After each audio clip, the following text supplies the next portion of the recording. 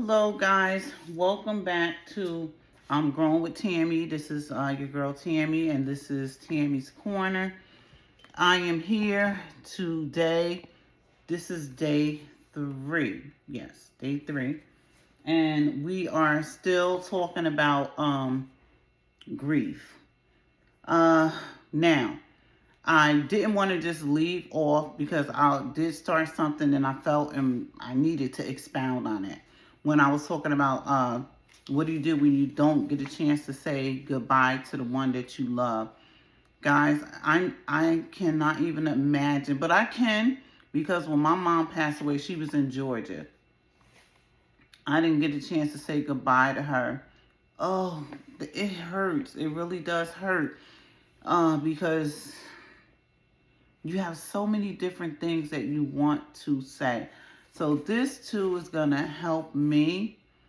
And I'm very glad that I decided to do this because grief is just something that if we keep living long enough, each one of us will go through it. So I just want to say that saying goodbye when you can't say goodbye is difficult because again, like I said, there's so many different things that you want to say that you wish you could have said. Oh, how much you love them. You could have given them one more hug, one more kiss, one more anything, but it just didn't happen that way. It could have been sudden, or it could have been like my situation where you were not there in the same state and it happened all of a sudden. Like I was making preparations for my mom to come and stay with us. Like we were gonna sell our house and move where she lived. We were just making plans, and it just didn't work out that way. So that's a very real and a very heavy space to sit in when you can't say goodbye. And you're not alone. And when you don't get the chance to say goodbye, it can leave things feeling unfinished, undone, unsettled. Like a sentence that never got an ending. And it's so weird because my husband will always say, you always say something and then you stop. I've been stopped doing it because that's just, he can't read my mind. But there are always ways to create closure, healing, and even connection now. So there are different things that we can do to try to help us heal when we didn't get the opportunity to say goodbye. There's a couple of points. Number one, we could speak it out loud, even now. So you want to sit in a quiet space. Imagine your loved ones right there. Speak freely. Love, regret, forgiveness, gratitude. There's something powerful about giving those words a voice. The heart hears it. Because you could sit there, guys, and you have so many things you want to say, like, I love you. I miss you. I'm so mad that you left me. You left me here to deal with these kids, these grandkids. They need a grandpa, a grandma, even a sister. I'm so upset that you left me. I thought we were going to be in this together. You were my best friend. So many, we could just sit quietly and speak it out loud. Even now, it helps. And like I said, if you don't have a space in your house to do that, because not everybody has that quiet space. If you have a car on your way home, you could go to the park somewhere. People might think you're on the phone. They don't need to know your business. You go there and you just speak those things out. We can't keep it bottled up inside. It's impacting our life. We're not really living. And they're gone. And that is not what they would want for us. They would want for us to be able to have a happy life because they love us. If you left on bad terms, still at the end of the day, they loved us. And they would not want us to be sitting here going through that. So speak it out. Speak it out loud, even now. Number 2, you could write a letter. Write everything that you wish that you could have said. Don't filter it. Be honest. End it with goodbye in your own way. You can keep it, you can burn it, you can release it, you can place it somewhere meaningful. Whatever you want to do, write it out. Take the time to write out how you really feel. I feel hurt. I feel sad. I feel lonely. I feel like I don't have a friend now. I feel all left alone. I'm just so upset that you left me. I wish I could have been there with you. I wish I could have held you. Write it out. And my father always told me one thing: if you don't want nobody to see it, tear it up. Okay? But if you want somebody to see it, or if you want to put it somewhere safe where nobody's going to find it. But like I said, a good rule, what my father always told me: if you don't want nobody to find it, tear it up. Don't even do it. You write your feelings out. You can sit in your car, sit in your quiet space. Maybe you're in a lunchroom, and you have a lunchroom where, not a lot of people go. They must mainly go out and stuff like that. Even a library. You can go to a library, a nice quiet place, and write your thoughts out, write your emotions out, write your feelings out. But the thing is to try to get it out, to release what we're trying to do. Release it. Let it go. Oh, I wish I could play one more. Me and my mother used to love to play 500. I don't know if y'all know 500. But one thing I'm so happy is when I went to go see her before she passed away, I was able to play 500 with her, because I would always call her on the phone, and somehow she made it where she was able to play $500 but with herself, and she'd be like, oh, I was playing you on 500. And so when I was able to play that, she was like, you gonna play? I was like, yes, I will play. This is my girl. I played 500 with her. She was so happy. That just made my heart glad. Like little things. So speak it out. Write a letter. Number 3, you could create a personal goodbye moment. How do you do that? Light a candle, play a song that reminds you of them and their love. Read the letter or speak their words. So create that moment. Like, I wish it was here. I love this song. This was our song. And, make it intentional and meaningful between you and if that person was there. This is what I want to say. You can read your letter while you're doing that. So that's something. These are different ways to try to get us to start the healing process, because we didn't get to say goodbye. We didn't get the closure that we're looking for. So these are some of the things that we could do. You could also, number 4, do something in their honor. Turn the pain into a purpose.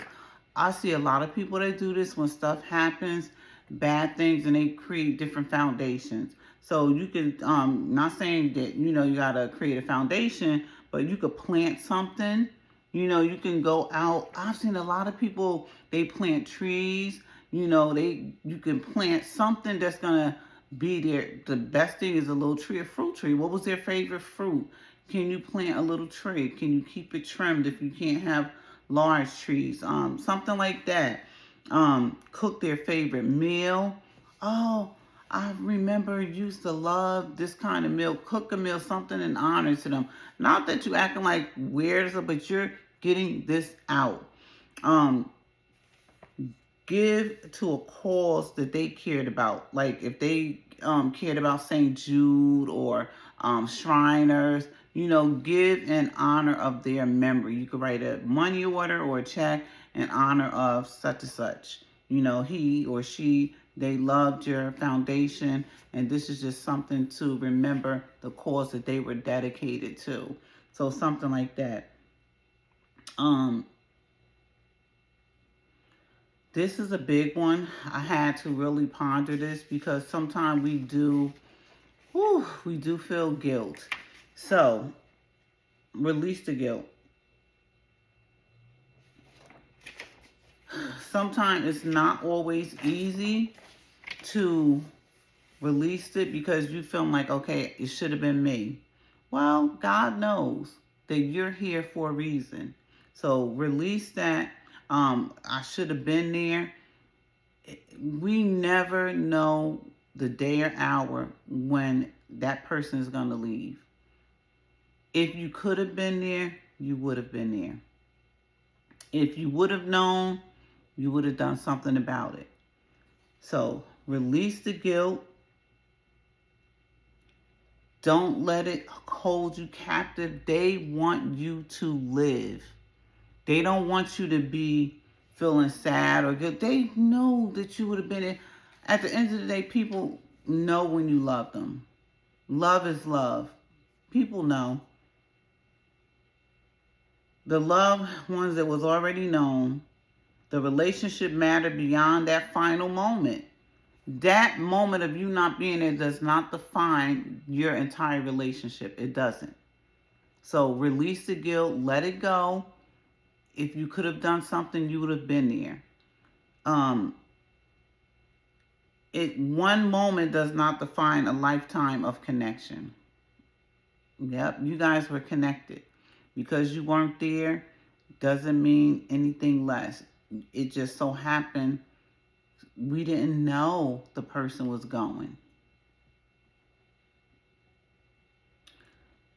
Goodbye doesn't mean silence forever. They're always connected. It doesn't end, it just changes forms.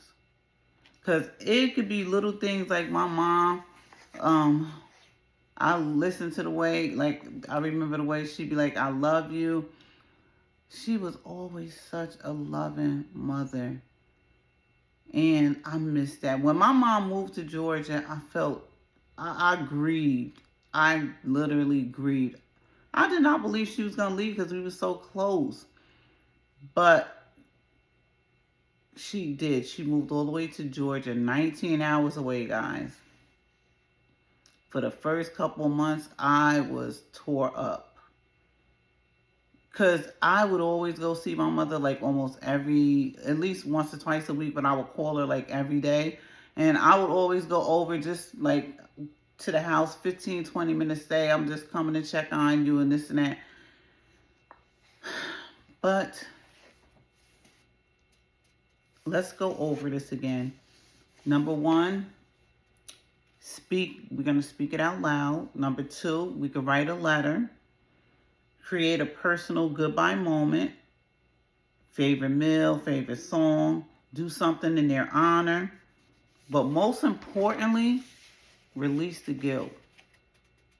Release the guilt. Don't hold yourself hostage. You have to live.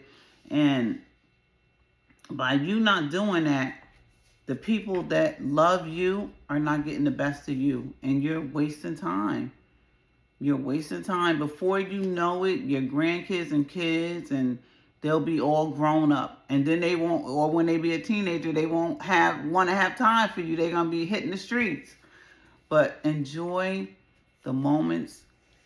Try to do some of these things to practice them. And guess what? Who says you could just do it once? You could write many letters. It might start out that you write a good letter, you ain't being truthful. Then the real letter come out. It's a process, guys, and we will get there. Remember, the Lord is close to the brokenhearted. He is there for us. We can pray to him. Tell him how you feel. It says take everything to the Lord in prayer. It's no prayer too small that he won't listen. God, this is how I'm feeling today. Please help me release this. Please help me. I'm grieving. I'm hurting. And it's really affecting my life of my children and my husband. I'm not able to be as intimate or as loving as I should be because I'm hurting. If your mate left you, I feel left alone. I feel like, why did they have to go? Why did they leave me here to be the head of this house? Why did they leave me here to raise our children? They need a father or a mother in their lives. God, I don't like this that I'm in. That's a prayer. That is, it's a conversation between you and God. But we have to start. Starting is the hardest thing. Breathe in, breathe out, let it go. We have to, because so many people are dependent on us and so many people need us. We are stuck if you're stuck. This is a perfect opportunity over these 35 and beyond days to make a difference, make a change. And we're doing it one day at a time, one moment at a time. It can be done. But I just wanted to come by to let you know I did not forget about you guys. I know how it feels.